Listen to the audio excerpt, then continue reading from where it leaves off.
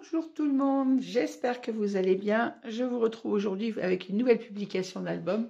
Alors il s'agit de l'album Vintage Love Story. Alors non, vous ne rêvez pas, vous avez eu un album il y a quelques temps, il y a très peu de temps d'ailleurs, parce que le tuto vient d'être terminé, avec cette collection. Et je vous avais dit lors d'un album qu'il me restait des papiers, que j'en ferais un autre projet avec. Donc voilà, j'ai fait un mini-album avec les restants de la collection Vintage Love Story en partenariat avec la boutique de Ninon Horizon Créatif. Alors, c'est le bloc qui me restait surtout de ce partenariat. J'avais eu deux grands blocs 30-30 et un bloc 10 par 20, 15 par 20, pardon. Il fait 15 de large par 20 de haut.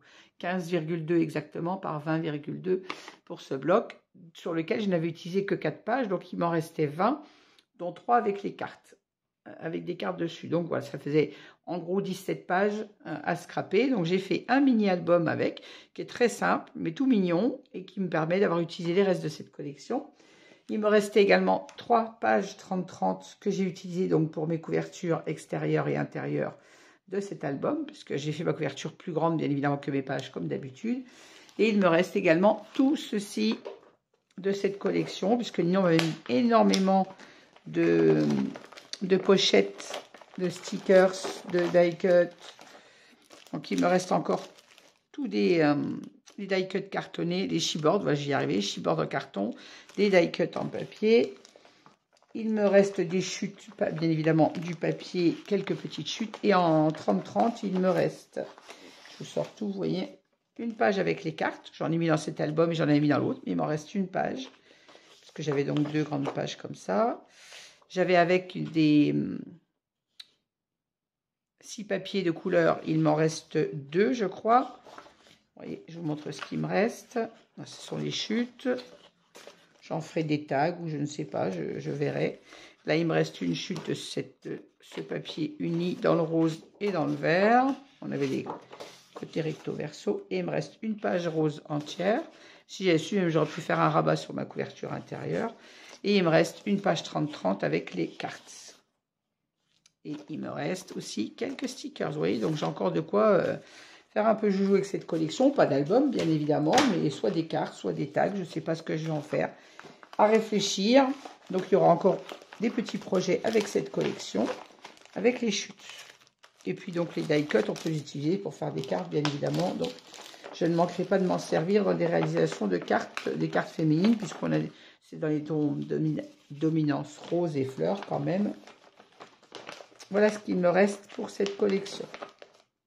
Oui, je l'aurais quand même utilisé au max. Donc, je vais vous présenter ce petit mini. Donc, il mesure 22 cm de haut par 18 de large. Alors, pour celles qui vont faire le tuto, vous pouvez très bien faire votre couverture de 17. À la base, je voulais faire ma couverture de 22 de haut, puisque les pages font 20,6. Il faut toujours plus en hauteur de couverture. Donc, 22, c'était sûr pour la hauteur.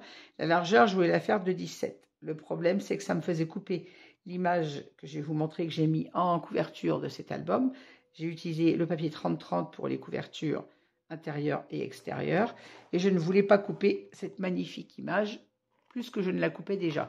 Donc là, c'est le bord de l'image telle qu'elle est, hein, dans le 30-30. Donc moi, j'ai coupé sur la droite où il n'y avait que du papier vert en fait. Mais je ne voulais pas couper l'image. Si j'avais fait 17 cm de couverture, il me fallait bien évidemment couper et j'arrivais à entamer ma fleur, le cœur et tout. Je ne voulais pas. Donc j'ai fait ma couverture de 18 cm de façon à pouvoir bénéficier quand même de cette image au maximum. Alors vous voyez, sur ma couverture, j'ai pas fait grand chose en fait, j'ai rien fait.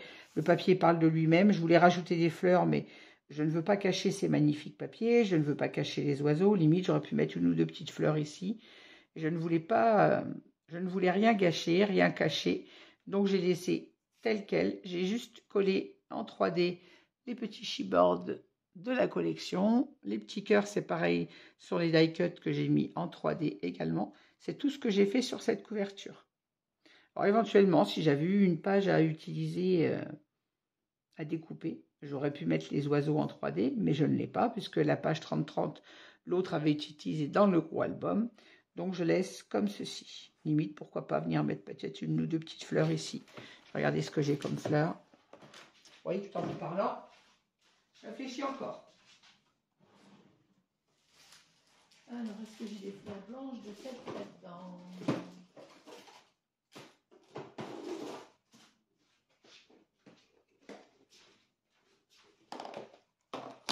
J'ai toujours des fleurs de prête dans ma boîte. Hein. Éventuellement, est-ce qu'on aurait pu venir mettre, vous voyez? Pas celle-ci, elle est trop grosse. Est-ce qu'on pourrait peut-être venir mettre une ou deux fleurs comme ça en bas pour égayer un peu, mais c'est pas vraiment obligatoire, je dirais. Bon, quand on met des fleurs, il faut mettre par 3. Alors si je mets des fleurs, il faut que j'en trouve 3. Je ne veux pas cacher les oiseaux, je ne veux pas cacher la beauté de ce papier. Non, je crois que je vais le laisser comme ça, tout simplement. Voilà, je reste sur ma première idée, ou alors avec des petites.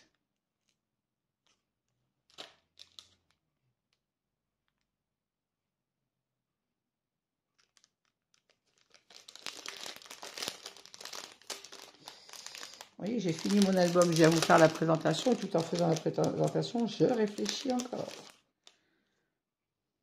Une seule fleur. Non, ça fait bizarre. Allez, on va rester comme j'ai décidé de base. Je laisse ma couverture telle qu'elle. Allez, on est reparti dans la publication. Donc, je laisse ma couverture telle qu'elle est. Ma tranche est réalisée avec du Sky Vertex blanc. Je viens de réaliser un petit bijou d'album. Alors, dans les mêmes teintes, dans les mêmes teintes que j'avais fait sur le gros album, à savoir du rose. Oh, mais je vais pas arriver à l'attraper, ce bijou, il glisse sur ma tranche. Donc, j'ai mis du ruban vert pâle. J'ai mis une petite chaînette sur laquelle il y a un cœur, un petit ruban rose fuchsia. Ce petit ruban me vient de mon amie Marie-Claire. Elle me l'avait offert quand elle était venue chez moi. Si tu passes par là, merci Marie-Claire. Tu vois, il est utilisé le deuxième. Là, j'ai mis du rose, du vert et du blanc. Et là, j'ai fait un pendentif avec 2 teintes de rose et celui-ci du vert et du blanc. Voilà, tout ça pour rester dans les teintes de l'album. J'ai mis des petites breloques. Là, on a un papillon, on a un cœur, un oiseau, tout ce qu'on retrouve en fait dans l'album. Voilà. Sur ma couverture d'eau, j'ai utilisé donc ce papier 30-30 avec les timbres pour être dans la tonalité de celui du devant de la couverture. J'ai fermé mon album avec mon ruban de soie qui me vient de chez Ninon. C'est de la mousseline de soie, précisément. Voilà. J'ai bien brûlé les bouts de façon à ce que ça ne s'effiloche pas. Quand vous utilisez de toute façon tous les rubans, même ceux que j'ai mis sur mon bijou d'album, je brûle toujours avec un allume-bougie le bout des rubans de façon à ce que ça ne s'effrite pas. Et celui-ci, pareil. Il n'échappe pas à la règle. Allez. On va passer à l'intérieur de cet album. Il n'est pas très grand, ça devrait le faire. Alors, il est composé de 4 pages, puisqu'il fallait utiliser uniquement les 20 pages qui me restaient et ne pas manquer de papier cette fois. Alors, sur ma page de couverture, c'est tout simple, puisque je n'avais que 3 pages 30-30, j'en ai utilisé une pour le devant, une pour le dos de la couverture, et la troisième, je l'ai utilisée pour le haut et le haut de ma couverture devant et dos, pour le couper en deux, et une façon à utiliser. On ne peut pas faire 2 pages de 20 par 18 avec une page 30-30. Donc, j'ai coupé en deux pour mater mon devant et mon dos de couverture, et le bas, je l'ai tranché dans le papier uni qui était fourni avec le kit. Un papier qui allait bien avec pour trancher, voilà. Dans cette pochette, on retrouve donc les cartes de la collection que j'ai fait au format 11-16 pour des photos 10-15. J'ai également fait une carte au format 10-14 pour les photos 9-13. Les petites cartes de la collection qui sont matées en blanc et les petits tags de la collection que je ne mate pas puisqu'ils sont faits exprès pour le journaling. Alors, cet album va contenir des photos 10-15 et des photos au format 9-13 et 2 photos au format 13-18. Voilà. Alors, je n'ai pas compté le nombre de photos qu'il contient, je le compterai à la fin de la vidéo. Il ne faut pas que j'oublie par contre. Voilà, alors sur ma page de droite, donc ce magnifique papier avec l'imprimante et les fleurs, il est vraiment très très joli. Alors, on retrouve à l'intérieur une pochette dans laquelle on retrouve toujours 2 livrets. Alors, tous mes livrets sont doubles, là je ne vais pas vous les ouvrir tous. Ils ne sont pas matés, d'une parce que je n'ai plus de papier rose, et de deux, vous savez, moi j'aime bien laisser parfois mes espaces blancs pour les photos. J'aime bien poser des photos sur du papier blanc. J'en ai mis 2 dans cette pochette. On peut en mettre d'autres dans toutes les pochettes. Un petit tag pareil de la collection pour le journaling.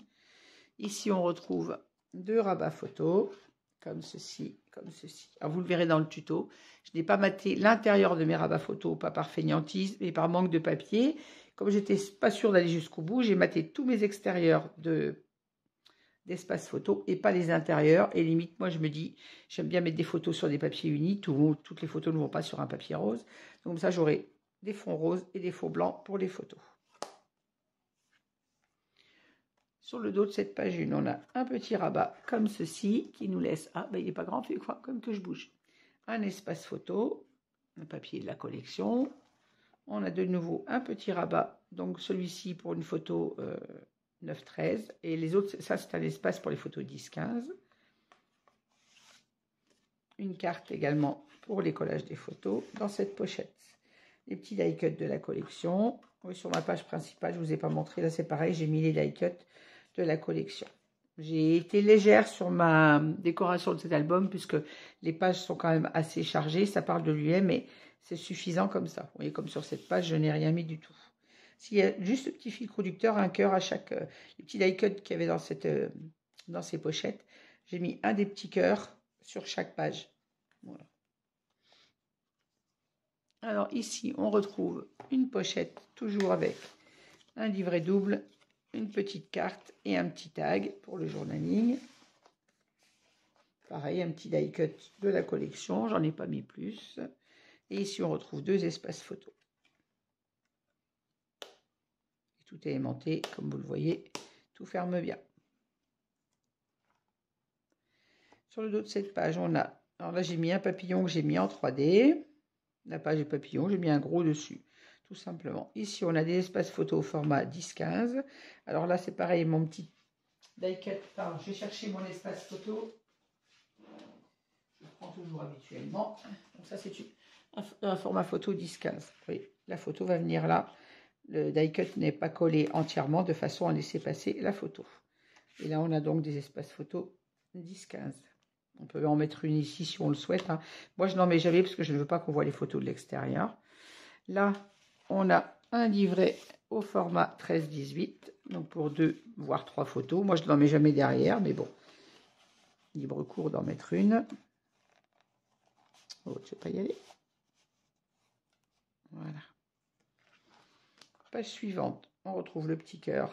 Toujours le fil conducteur de l'album. Ici, on retrouve une pochette. Un livret double et un petit tag pour le journaling. Et ici, on a une cascade. Alors, même chose que les autres. Mes dos d'espace photo ne sont pas matés. Hein. Alors, on a donc la possibilité de mettre quand même beaucoup de photos sur cette cascade puisqu'il y a 6 volets. Mais le seul espace photo qui était maté, c'est celui-ci, puisque là, on avait l'aimant pour la fermeture. Donc, ceux-ci ont été matés un peu par obligation, on va dire. Ici, on retrouve toujours sur ce rabat un espace photo pour une photo 10-15, toujours. Et un livret dans la pochette. Vous voyez, il est tout simple, hein, mais ça a permis d'utiliser cette collection avec un format pas facile. Le 15-20, c'est pas très facile pour faire des... On n'a pas beaucoup de possibilités, je vais y arriver, pour des espaces photos, puisque moi, j'aime bien travailler les photos 10-15. Ici, on retrouve donc également une pochette avec toujours un livret double, un petit tag et une petite carte.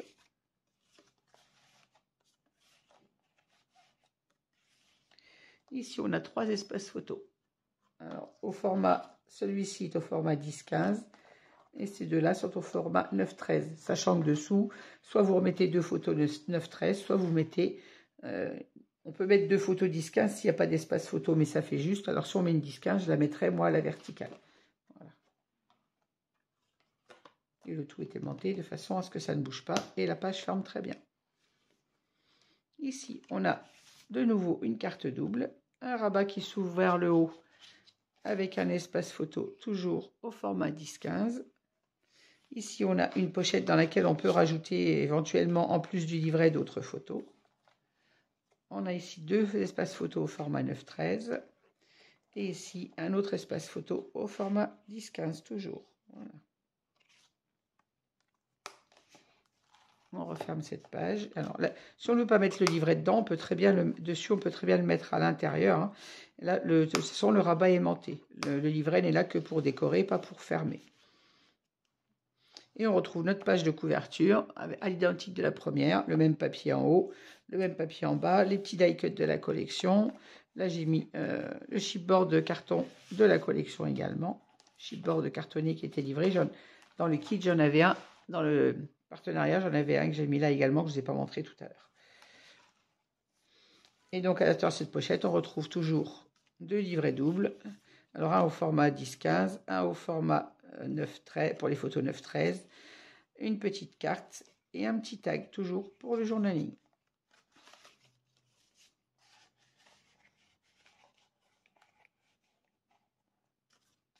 On peut les mettre soit à la verticale, soit à l'horizontale. Je vais les remettre à la verticale parce que c'est plus facile pour les attraper. Hop. Et hop, voilà. Mais écoutez, j'espère que ce petit album vous aura plu. Vous allez avoir le tuto juste après la présentation.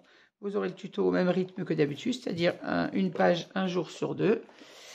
J'espère qu'il vous plaira. Moi, j'ai pris beaucoup de plaisir à le travailler et à terminer du coup l'utilisation de ce partenariat avec Ninon.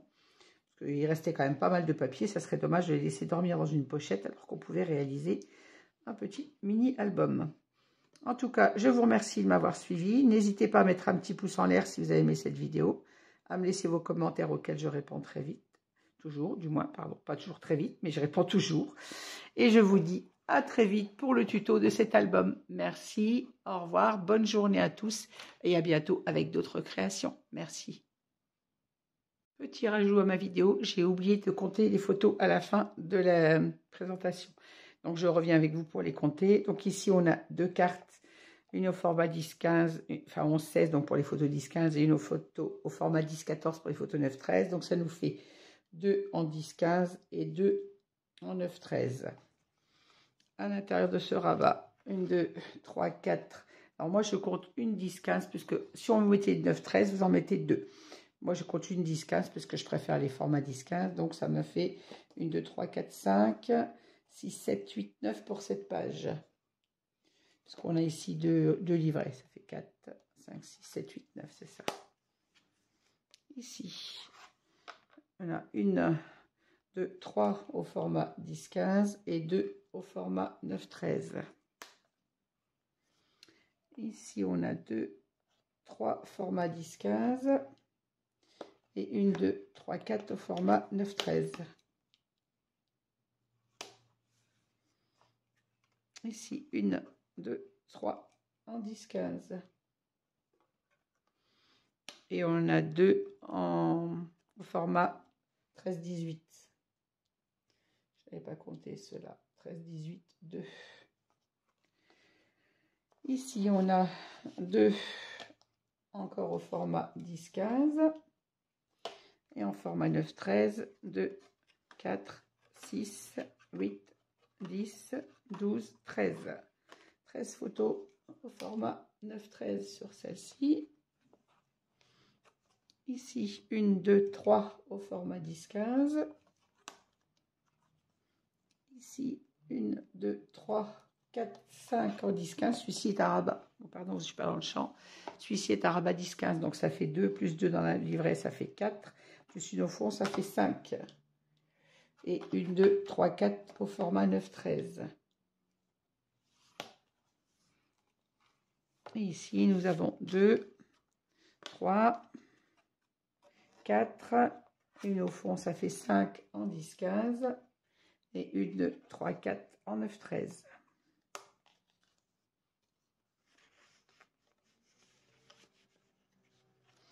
Et ici, nous avons encore 2 en 9-13 et 2 en 10-15. Voilà. Maintenant, on n'a plus qu'à comptabiliser le nombre de photos pour cet album. Alors, on est à 2, 4, 8, 8 et 13, 21, 22, 23 et 4, 27. On a 27 photos au format 9-13. On a 2 formats 13-18, je vais y arriver. Et là, on a 9, 11, 14, 17, 20, 22, 25, 30, 35, 37 au format. Alors, on a 27 photos au format 9-13.